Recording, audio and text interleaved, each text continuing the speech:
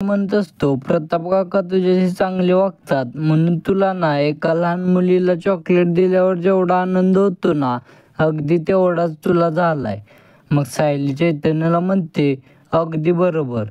मग चैतन्य अर्जुनला म्हणतो, अरे तुम्ही दोघंच आपल्या उत्सव मूर्ती कुठे आहेत?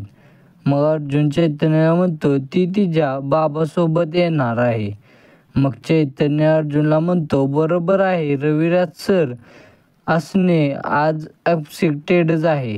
तोपर्यंत तिथे एक ऑफिसमध्ये माणूस येतो आणि तो म्हणतो, येऊ का? मग अर्जुन म्हणतो, या ना साहेब प्लीज कम. मग अर्जुन त्याच्या हातात हात देऊन म्हणतो, हाय मी अर्जुन सुभेदार. मग तर तो माणूस म्हणतो, हॅलो मी शंतनू राऊत. मग अर्जुन चैतन्यला म्हणतो, हे शंतनू राऊत आहेत.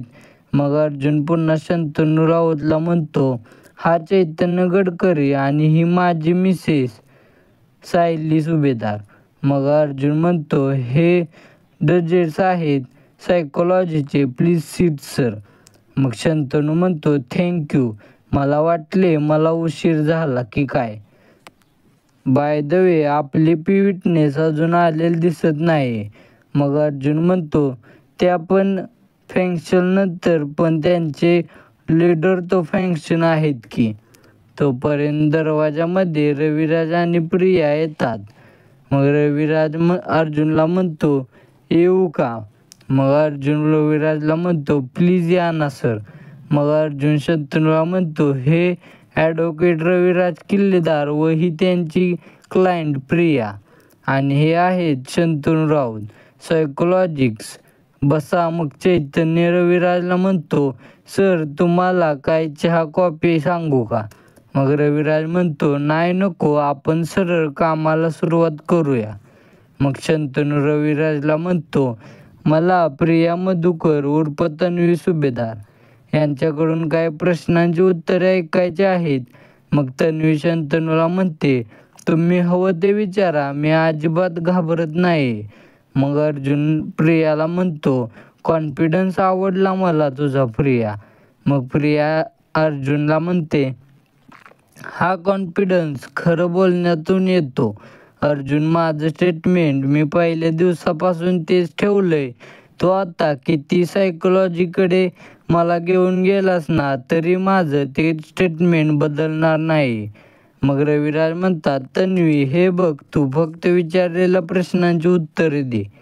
मग तन्वी रविराजला म्हणते, हो बाबा. मग अर्जुन तन्वीला म्हणतो, तू आज खोटं बोलशील असं मी म्हणलोच नाही.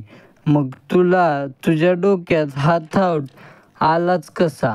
मग रविराज अर्जुनला म्हणतो, अर्जुन आपण कामाला सुरुवात करूया का? हेच इकडेच तिकडेच बोलत राहायचे आहे का? मग अर्जुन रविराजला म्हणतो, लगेच सुरुवात करूया.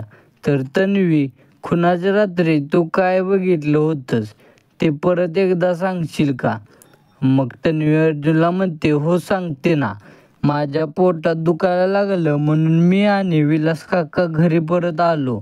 मी थेट माझ्या खोलीतच गेले. नंतर मला भांडणाचा आवाज आला म्हणून मी बाहेर गेले आणि बाहेर जाऊन बघितलं तर विलास काका आणि मधुभाऊ भांडत होते. मग अर्जुन प्रियाला म्हणतो, एक मिनिट, तेव्हा मधुभाऊंची पाठ होती तुझ्याकडे की चेहरा दिसत होता का फक्त डोकं दिसत होतं? मग प्रिया अर्जुनला म्हणते, मी कन्फ्यूज व्हावं म्हणून असं बोलतोयस ना. पण अर्जुन, हे आता सगळं जुनं झालं आहे, याचा काही उपयोग होणार नाही. पुढे सांगू? मग अर्जुन प्रियाला म्हणतो, हां सांग ना, प्लीज सांग. पण सांगता सांगता चक्कर येऊन पडू नको म्हणजे झालं. नाही काय आहे ना, ऑफिसच्या बाहेर ॲम्ब्युलन्स नाही ना आज. मग रविराज अर्जुनला म्हणतात, नो पर्सनल कमेंट प्लीज. मग शंतनू रविराजला म्हणतो, डोंट वरी ॲडव्होकेट किल्लेदार, इथे कुठलेही प्रश्न विचारले तरी माझं ॲनालिसिस न्यूट्रलच असणार आहे, त्यामुळे तुम्ही बोला. मग प्रिया म्हणते, हो. मग विलास काका मधुभाऊंवरती ओरडत होते की मला माझे पैसे परत द्या. मग त्यांचा हातपाय सुरू झाले आणि मग मधुभाऊंनी जोरात विलास काकांना खिडकीकडे ढकललं. मग अर्जुन प्रियाला म्हणतो, एक मिनिट. लास्ट स्टेटमेंटमध्ये तू म्हणाली होतीस की मधुभाऊंची ताकद कमी पडत होती म्हणून. त्यांनी पिस्तूल काढला. मग प्रिया म्हणते, अरे या खुनाला 2 वर्ष होऊन गेले. तपशिलात थोडा तरी फरक पडणारच ना. मग अर्जुन प्रियाला म्हणतो, अजिबात नाही. कारण ज्या गोष्टी आपण स्वतः बघतो ना त्या किती वर्षांनी आपल्या लक्षात राहतातच. आणि ज्या स्टोरीमध्ये आपण क्रिएट करतो ना त्या आठवायला जरा प्रॉब्लेम होतो.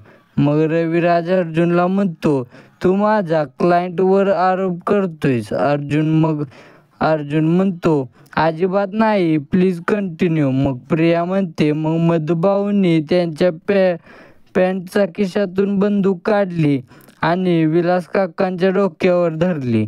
मग अर्जुन प्रियाला म्हणतो, एक मिनिट, हे तू कोठून बघितलंस?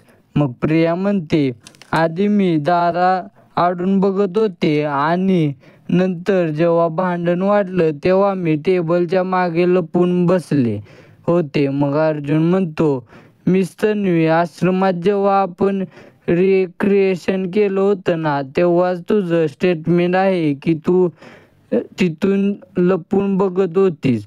तिथून मधुभाऊंनी बंदूक कोठून काढली हे तुला दिसत नव्हतं.